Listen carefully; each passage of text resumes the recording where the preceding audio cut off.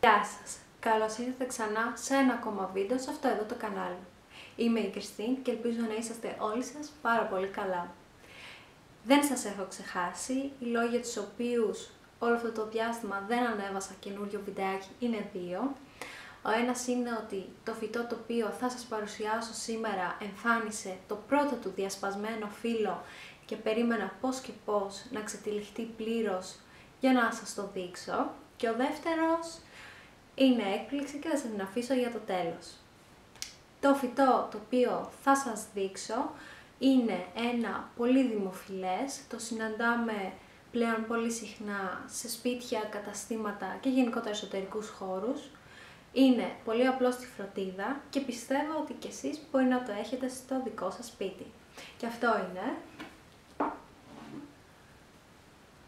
η Monstera deliciosa.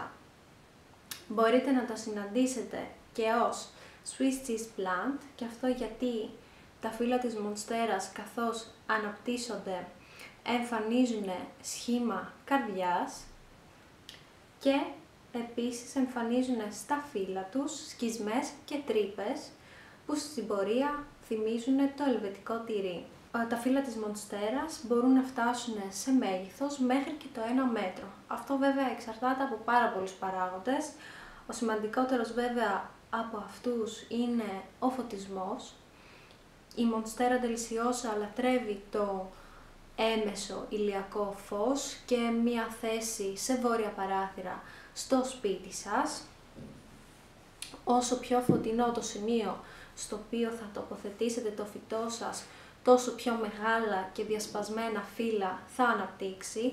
Εγώ δυστυχώς εδώ που ζω στη Γερμανία, το σαλόνι μου είναι το πιο φωτεινό σημείο στο σπίτι και δεν αρκεί για το φυτό αυτό. Γι' αυτό και έχω αγοράσει τεχνική λάπα, η οποία βοηθάει το φυτό να αναπτυχθεί. Εσείς βέβαια μπορείτε απλώς να επιλέξετε ένα φωτεινό και βρύχωρο σημείο στο σπίτι σας. Ένας άλλος σημαντικός παράγοντας για την ανάπτυξη του φυτού σας είναι το χώμα. Εγώ χρησιμοποιώ χώμα από μίξ άλλων που περιέχουν όλα τα απαραίτητα συστατικά για τη μονστέρα μου και το συνδυάζω με περλίτ, το οποίο βοηθάει το φυτό να αναπνέει και να στεγνώνουν οι ρίζες πιο γρήγορα, με αποτέλεσμα να αποφεύγετε να μουχλιάσει το φυτό σας. Κάτι άλλο που θα σας συνιστούσα να κάνετε είναι να μην επιλέγετε πολύ μεγάλες γλάστρες για τη μονστέρα σας και αυτό γιατί συνηθίζουμε να παραποτίζουμε τα φυτά μας. Αφήστε απλώς τη μονστέρα να τραβήξει πολλές ρίζες μέσα στη γλάστρα και όταν θα είναι έτοιμο τότε να το κάνετε μεταφύτευση σε μία άλλη γλάστρα στο αμέσως επόμενο μέγεθος. Όσον αφορά το πότισμα, την μονστέρα το χειμώνα την ποτίζω περίπου κάθε 3 εβδομάδες και το καλοκαίρι κάθε 10 μέρες. Επίσης χρησιμοποιώ και μία εφαρμογή στο κινητό που λέγεται WaterMe και μου υπενθυμίζει κάθε φορά που πρέπει να ποτίσω τα φυτά μου. Βέβαια δεν βασίζομαι 100% στην εφαρμογή, χρησιμοποιώ και άλλους τρόπους, τους οποίους σκοπεύω να σας τους δείξω σε επόμενα βιντεάκια. Ποτίζω μόνο όταν το χώμα είναι 100% ξηρό και αισθανθώ ότι το χώμα δεν είναι κολλώδες στο δάχτυλό μου και επίσης σημαντικό για μένα θεωρώ ότι είναι να ποτίζουμε το φυτό με εμφιαλωμένο ή φιλτραρισμένο νερό, καθώς δεν περιέχει άλατα και άλλες ουσίες που μπορεί να καθυστερήσουν την ανάπτυξη του φυτού μας ή να του εμφανίσουν καφέ σημαδάκια πάνω στα φύλλα του. Η Monstera deliciosa είναι ένα φυτό που προέρχεται από τα τροπικά δάση του Μεξικού και γι' αυτό αγαπάει την υγρασία. Θα σας συμβούλευα να την ψεκάζετε μία φορά τη μέρα ή να πλένετε όλα της τα φύλλα μία φορά τη βδομάδα και αυτό γιατί χωρίς την υγρασία θα αρχίσουν να καφετιάζουν τα φύλλα της στις άκρες και να ξεραίνονται και να ταλαιπωρείτε το φυτό σας.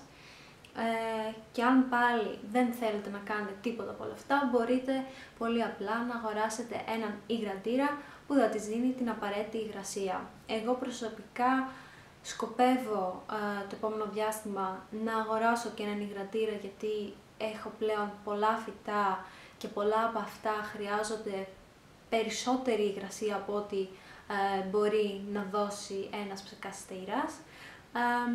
Και ελπίζω μέχρι τότε τα φυτά μου να κάνουν λίγο υπομονή και να μην αρχίσουν να ξεραίνονται. Συνοπτικά αυτοί ήταν οι πιο σημαντικοί παράγοντες για τη σωστή φροντίδα της Monstera Deliciosas.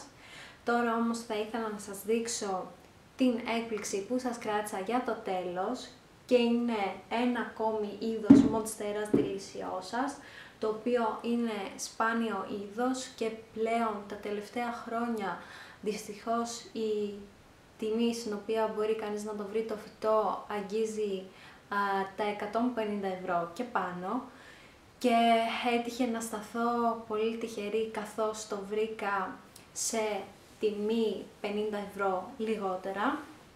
Συγκεκριμένα το πήρα στα 100 ευρώ και είναι η Monstera Deliciosa Variegata. Είναι αυτό εδώ, εμφανίζει διχρωμίες στα φύλλα της, είναι γενετικά τροποποιημένο για να εμφανίζει αυτές τις διχρωμίες, δηλαδή υπάρχει περίπτωση να αρχίσει να βγάζει μόνο πράσινα φύλλα στην πορεία, αλλά μπορείτε να το αποφύγετε αυτό και περισσότερες πληροφορίες θα σας δώσω σε ξεχωριστό βίντεο για αυτό εδώ το φυτό. Ήθελα απλώς να σας δείξω ότι ήταν μια καινούρια προσθήκη στη συλλογή μου σε είδος Monstera Deliciosas. Αυτό ήταν το βίντεο για σήμερα, ελπίζω να σας άρεσε και εάν θέλετε στη συνέχεια να βλέπετε περισσότερα βίντεο για φυτά μπορείτε να κάνετε ένα subscribe και να με ακολουθήσετε σε αυτό εδώ το κανάλι. Έως τότε εύχομαι να περνάτε καλά, να είστε καλά και θα τα πούμε στο επόμενο βίντεο. Bye!